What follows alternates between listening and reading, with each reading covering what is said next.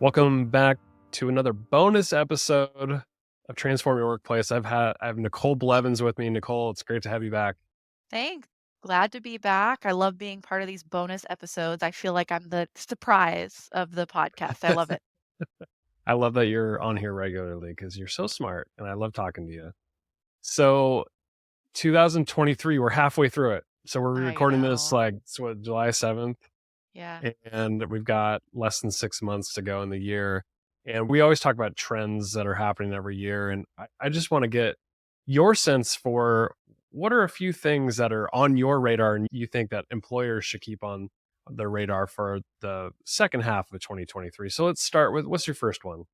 Yeah. Yeah. I think there's three that come to mind for me right now. But the first one is really pay transparency. That has been a really hot topic. There's been all kinds of state legislation coming out and states across the United States that are adding laws and requirements that organizations and businesses post their positions and be transparent about what the position pays. And I know that's something that employees and just people looking for jobs have been talking about or asking for a while. It's, hey, I've got to read this job posting, spend my time going through the application, submitting the application, doing a phone interview, going through the process to then find out, like, oh, this position actually pays less than what I make now, or isn't going to be able to meet like my needs financially for me to be able to make this move or this jump in career. And so I know that's been frustrating for candidates for a really long time. And we're starting to see that become a very popular trend. I know us internally at Xenium, we now post that information. And I'm seeing more and more organizations reach out to us as business partners or at Xenium asking for support in talking through, like, all right, what are the pros and cons here? Should we be adding this even though it's not yet a requirement here in Oregon? Because it's popping up in all kinds of states and just really having to have more of those conversations. So I think we're going to continue to have that throughout the rest of this year. And I'm definitely seeing more employers open up to that idea and really posting that and being super transparent. Yeah, and if they're not posting it, then at least in the first like phone screen, they should be talking about it. Yeah. Hey, there's this job is in this range. Is that a fit Yeah. for you, or should we just not waste each other's time and move on? Yeah. Yeah, or asking that question of what are your salary expectations for this role? In order to make this jump and this be a good move for you, what is it that you would need to make in this role to be Yeah. successful? And then at least very early on in the conversation, right, in that first phone screen or conversation that you're having, they're able to say, "Oh, okay, that's a bit more than what our range is for this role," or that's not something we're able to meet, or then it's okay, perfect, that falls within our range. We can definitely support in that way. A few things come to mind when we talk about pay transparency. And because of the last couple of years with inflation, Yeah. the market has drastically changed in as far as what the pay is for based on the position, based on the experience, based on the location that they're working. So there's a lot of factors that go into it. So I think pay transparency helps not only from that standpoint, just see are we even close, and for employees who even current employees of your staff, like just understanding what it takes to get to a certain point and to know that it's equitable compared to other similar positions and things like that. Because I think there's a lot of risk if you're not paying attention to Sure. compensation and then also being transparent about it. Yeah, no, that's a really good point. Outside of just for the candidates and the recruiting piece of things, it's really important to be transparent with your internal employees as well. And one of the things that Xenium does that I really love is we get that information, right? When there's that compensation adjustment or it's the time of year for that, you get what your increase is going to be and you also get the range of the Yeah. position. So you can see where you fall within that range and you can feel really comfortable and confident about where you are and that the organization has done their research, looked at compensation, established a range that makes sense and that you can have an open conversation about it if you have any questions or concerns. Yeah, I love this point. I think it's definitely a trend to keep watching for the rest of 2023. What's your Yeah. next idea? Yeah, I think the next one is really obviously we've all been working remote for a really long time now. Yes, thanks to COVID. And there's been this conversation of really taking that a step forward and looking at the concept of working from anywhere because many of us can do our jobs now remotely. I've a lot more employees are asking and requesting to work remotely from not only other states throughout the United States, but also other countries even. Obviously, we're here in Oregon. We're not too far from Canada. People may be wanting to go and work temporarily from Canada while on vacation, or maybe someone wanting to make a bigger move or something like that. So those conversations are popping up a lot more. And of course, clients and organizations are coming to us and are saying, "What do we do? Like, we value this employee, we love this person, but we don't know like what our limits are. What are the requirements if we want to let someone work remotely in another state?" And quite frankly, it's really complicated. It depends on the state and it depends on the country. And there's all of these considerations that we have to talk through with clients. But I think it's a hot topic. It's definitely a trend that we're seeing. And I don't think it's going away. So it's really important to be talking about this and weighing those pros and cons of, okay, what are the tax considerations if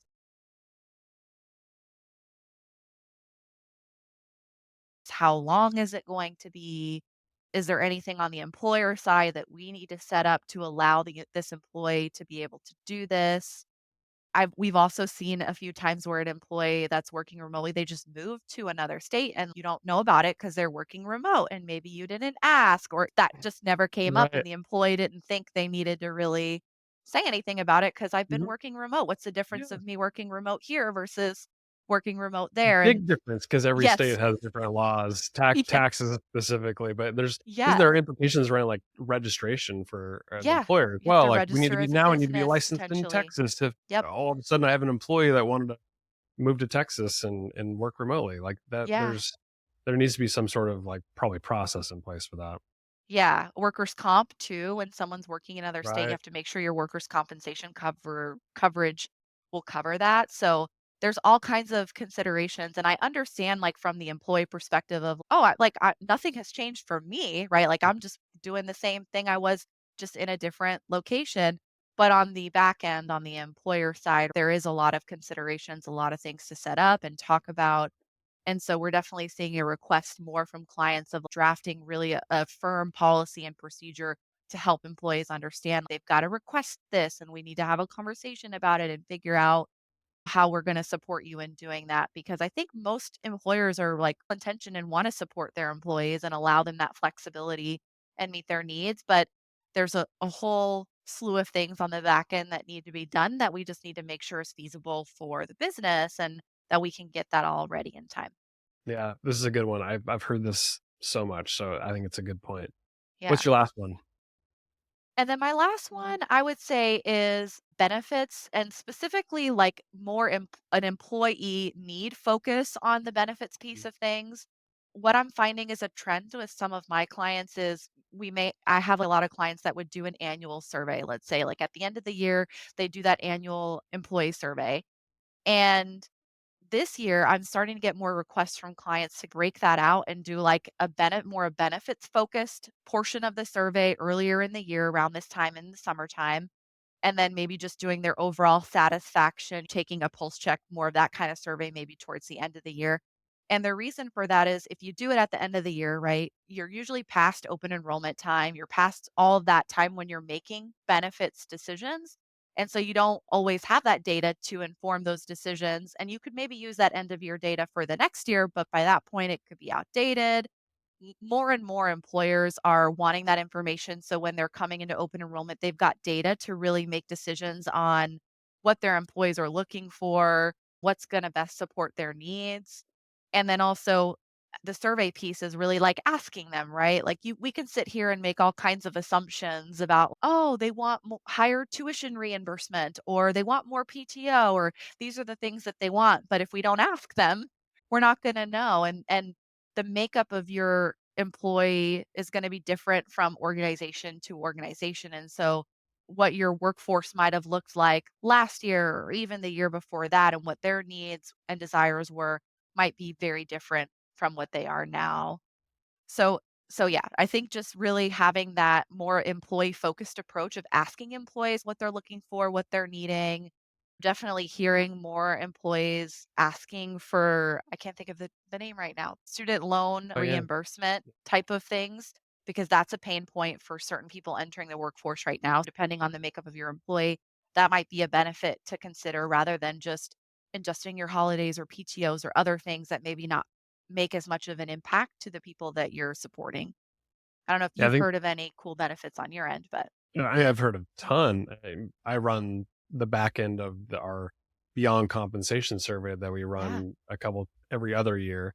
And it's really interesting to see the things that come through because I think we've shifted from a one size fits all benefits package that most employers offer. It's the 401k, retirement plan, it's medical benefits, maybe some life insurance, and that's pretty much it. And now they're like offering all these extra perks that are yeah, really unique to individuals, and it's where it gets tricky because it's not one size fits all. Not everybody has student loans.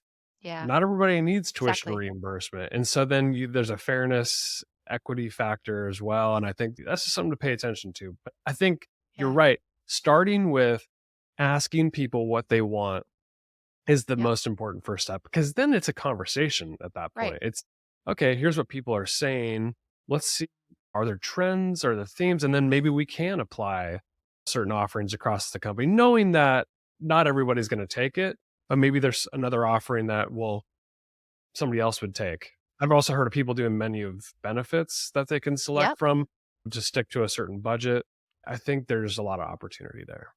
for sure. And I saw on a LinkedIn post recently, I don't remember the name of the organization, but they talked about that menu of benefits or this thing that they offer in their organization where it's just like this wellness benefit where employees get like a budget, like this is however much. These are the different things you can choose from on like this menu of wellness benefits, whether that's a gym membership, a massage wellness day kind of thing, or house cleaning support or services, like all Well, that kinds of sounds things. nice. And people, I'm like, that's super I cool. could use that. I would think that too. Yeah, and but allowing people to choose too is really cool. Like this concept of here's all the different things you can use. You can pick one or two, or here's the budget that can be applied per person on there so that you're being fair, right, across the board and providing people that same options or budget of what they can use that for, but they get to use it how it best fits into their life or their needs and what works best for that person. I thought that was a really cool concept. And I feel like that's something that's going to become more popular over later this year as we move through time here as well. These are 3 things that you highlighted for the second half of 2023, so I think those are great. What encouragement or advice do you have for employers who wanna stay ahead of where the trends are going as far as, like, the HR strategies? Like, where do you get your information from? What are you paying attention Yeah. to help keep you in touch with the changes?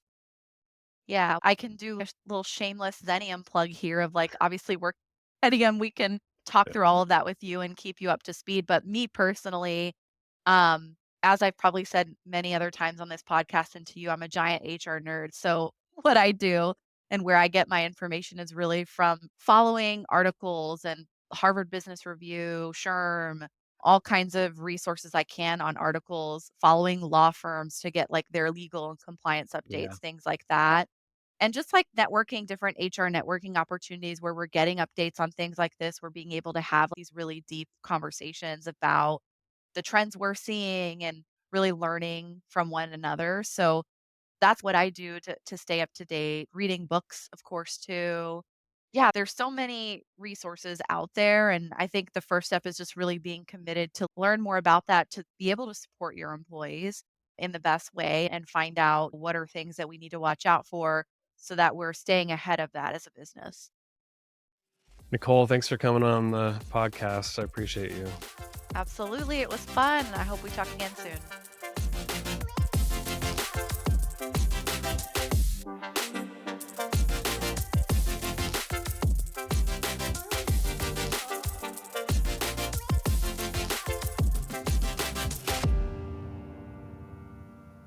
The views, thoughts, and opinions expressed are the guest's own and do not represent the views, thoughts, and opinions of Xenium HR or the host, Brandon Laws. The material and information presented on Transform Your Workplace is for general information and educational purposes only. Xenium HR or the host, Brandon Laws, does not necessarily endorse any guest, their business, or any organization they represent. Discretion is advised. Please work with a trusted advisor to find a custom approach that fits your organization's needs.